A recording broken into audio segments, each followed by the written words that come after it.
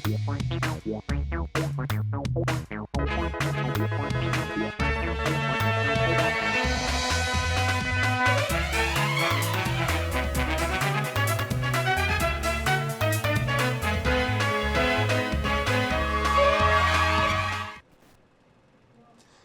आप देख रहे हैं राष्ट्रीय समाचार और मैं हूं आपके साथ प्रिया पांडे।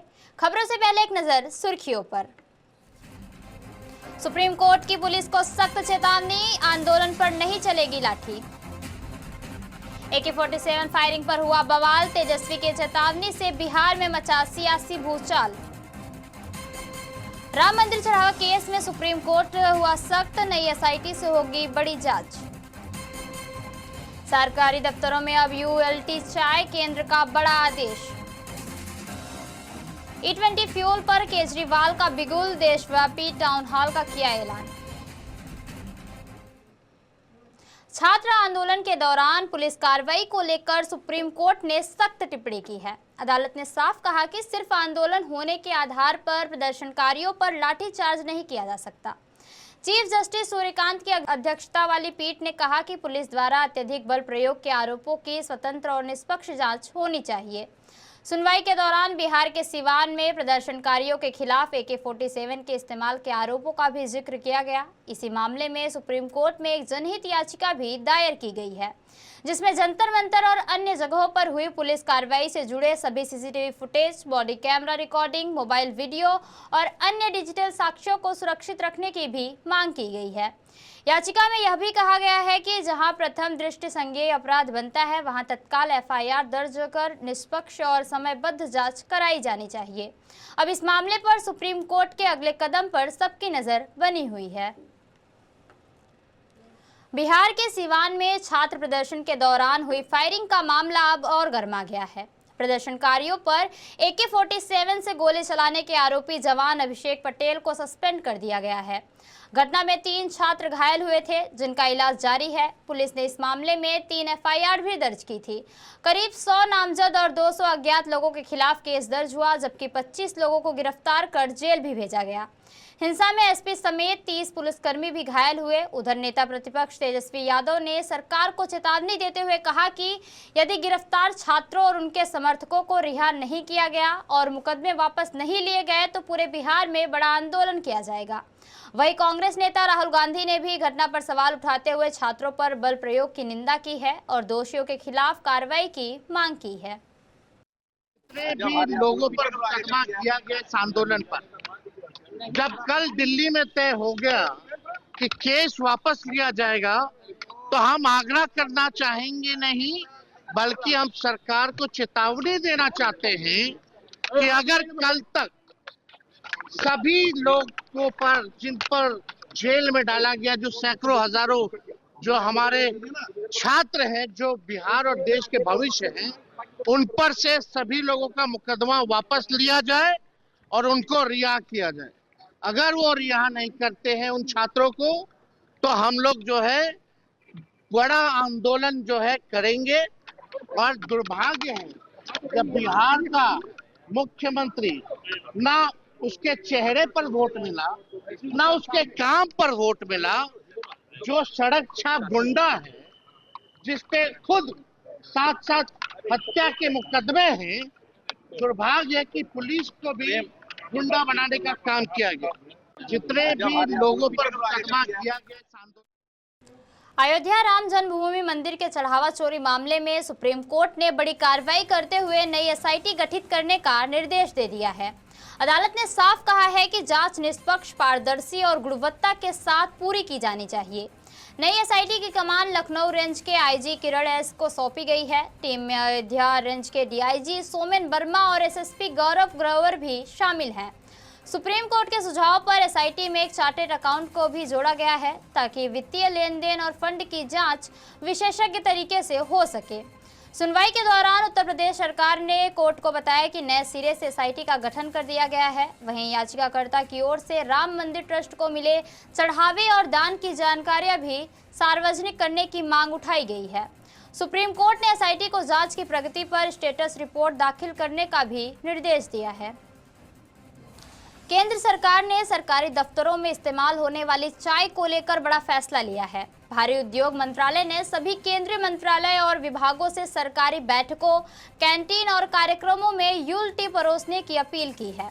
यूल टी सरकारी company Andrew Yule and company limited का ब्रांड है। मंत्रालय का कहना है कि इससे सरकारी कंपनी को संस्थागत स्तर पर बड़ा बाजार मिलेगा और उसकी आर्थिक स्थिति मजबूत करने में मदद भी मिलेगी। एंड्रयू यूल असम और पश्चिम बंगाल के 15 चाय बागानों का संचालन करती है और ऑर्थोडॉक्स, सीटीसी, ग्रीन व फ्लेवर्ड चाय का उत्पादन भी करती है।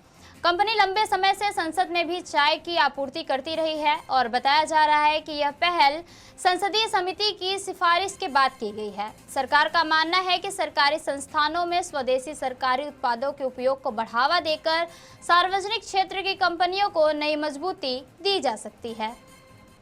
E20 फ्यूल को लेकर देश में बढ़ती बहस के बीच आम आदमी पार्टी ने बड़ा ऐलान किया है। पार्टी के राष्ट्रीय संयोजक अरविंद केजरीवाल ने शनिवार को दिल्ली में E20 फ्यूल के खिलाफ नेशनल टाउन हॉल आयोजित करने की घोषणा की है।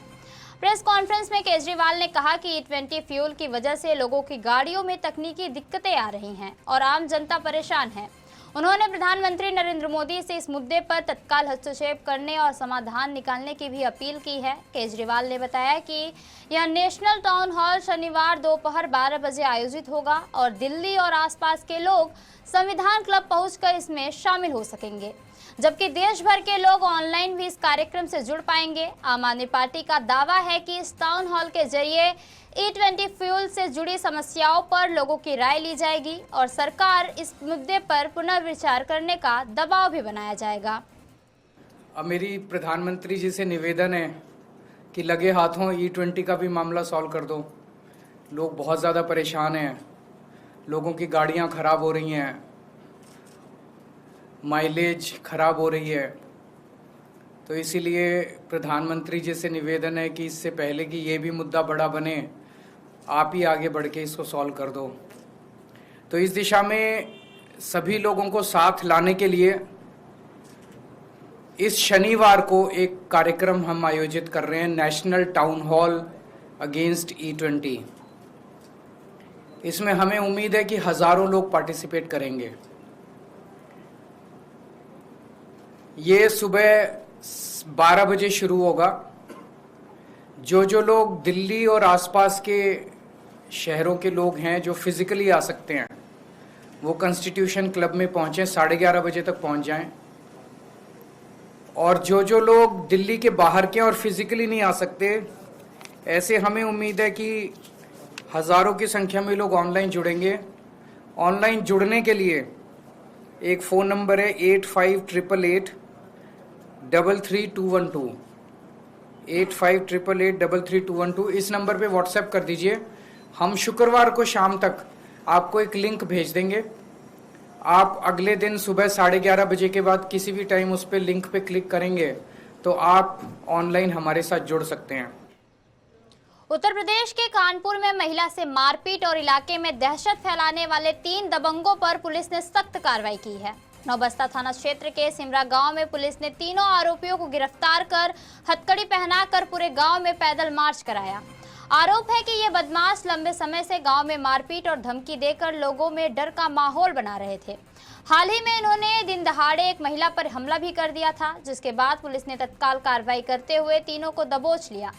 पुलिस ने आरोपियों को उन्हीं गलियों से गुजारा जहां वे पहले अपनी दबंगई दिखाते थे। इस दौरान आरोपी हाथ जोड़कर माफी मांगते और दोबारा ऐसी गलती न करने की बात कहते भी नजर आए। पुलिस की इस कार्रवाई के बाद गांव के लोगों ने राहत की सांस ली है। अधिकारियों का कहना है कि कानून व्यवस्था बिगाड़ने और आम लोगों में डर फैलाने वालों के खिलाफ आगे भी इसी तरह सख्त कार्रवाई जारी रहेगी। भारतीय आईटी कंपनी इंफोसिस पर फ्रांस की लेबर अथॉरिटी ने करीब 1.75 लाख यूरो यानी लगभग 2 करोड़ रुपए का जुर्माना लगाया है। यह कार्रवाई कर्मचारियों के काम के घंटे रिकॉर्ड करने वाले टाइम ट्रैकिंग सिस्टम को लेकर की गई है। फ्रांसीसी अधिकारियों का कहना है कि कंपनी का सिस्टम स्थानीय श्रम कानून के अनुरूप कर्मचारियों के काम के घंटों की सही और विश्वसनीय निगरानी नहीं कर रहा था। जांच में रिकॉर्ड की सत्यता और समय दर्ज करने की प्रक्रिया में कामयाबी पाई गई है। हालांकि इंफोसिस ने कहा है कि इस जुर्माने का कंपनी के कारोबार या वित्तीय स्थिति पर कोई बड़ा असर नहीं पड़ेगा। कंपनी ने यह भी बताया कि वह इस फैसले की समीक्षा कर रही है और आगे की कानूनी प्रक्रिया अपनाएगी। फ्रांस में कर्मचारियों के काम के घंटे, ओवरटाइम और विश्राम अवधि को लेकर बेहद सख्त श्रम कानून भी लागू किया गया है और नियमों का पालन न करने पर कंपनियों पर भारी जुर्माना भी लगाया जा सकता है। दुबई से मुंबई जा रही इंडिगो की फ्लाइट की गुजरात के राजकोट इंटरनेशनल एयरपोर्ट पर इमरजेंसी लैंडिंग कराई गई है। विमान के कार्गो होल्ड एरिया में धुआं दिखाई देने के बाद एहतियातन यह फैसला लिया गया। फ्लाइट नंबर IGO 1452 में कुल यात्री 194 सवार थे। राजकोट एयरपोर्ट पर तुरंत इमरजेंसी घोषित कर दी गई और फायर ब्रिगेड, एम्बुलेंस तथा मेडिकल टीमों को रनवे पर तैनात किया गया। एयरपोर्ट डायरेक्टर दिगंत बोरा के मुताबिक विमान सुरक्षित उतारा गया और सभी यात्री पूरी तरह सुरक्षित है। घटना के बाद पुलिस और एयरपोर्ट अधिकारियों ने स्थिति का जायजा भी लिया, जबकि धुएं के कारणों की जांच भी शुरू कर दी गई है। पश्चिम बंगाल के अंडाल में पुलिस ने मवेशी तस्करी की एक बड़ी साजिश को नाकाम कर दिया है। अंडाल थाना पुलिस ने नेशनल हाईवे 19 पर कार्रवाई करते हुए एक लॉरी से बड़ी संख्या में गाय, भैंस और बछड़े बरामद किए हैं। पुलिस ने इस मामले में ड्राइवर और खलासी समेत 4 लोगों को गिरफ्तार भी किया है। बरामद सभी 28 मवेशियों को सुरक्षित रानीगंज की गौशाला भेज दिया गया है, जहां उनकी देखभाल भी की जा रही है।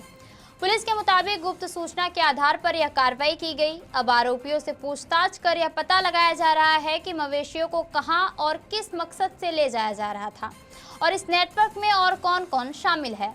गिरफ्तार आरोपियों को दुर्गापुर कोर्ट में पेश भी किया गया है। पुलिस उनकी रिमांड लेकर पूरे तस्करी नेटवर्क का खुलासा करने की कोशिश में जुटी हुई है।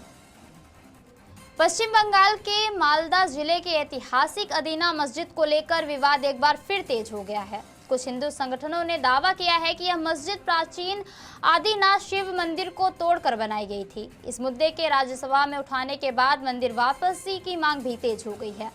सावन के सोमवार को हिंदू सुरक्षा समिति ने मस्जिद से कुछ दूरी पर रुद्राभिषेक और विशेष पूजा का आह्वान भी किया है। इसे देखते हुए पूरे इलाके को छावनी में तब्दील कर दिया गया है। करीब 300 पुलिसकर्मी, केंद्रीय बल और ड्रोन के जरिए सुरक्षा व्यवस्था भी की जा रही है। फिलहाल यह मामला कलकत्ता हाई कोर्ट में विचाराधीन है। अदालत ने यथास्थिति बनाए रखने के आदेश दिया है। वहीं अदीना मस्जिद भारतीय पुरातत्व सर्वेक्षण यानी ASI द्वारा संरक्षित स्मारक और प्लेसेज ऑफ वर्शिप एक्ट 1991 के तहत इसके धार्मिक स्वरूप में बदलाव की अनुमति नहीं मिली है। तो ये थी अब तक की खास खबरें, और खबरों के लिए बने रहिए राष्ट्रीय समाचार के साथ। तब तक के लिए नमस्कार।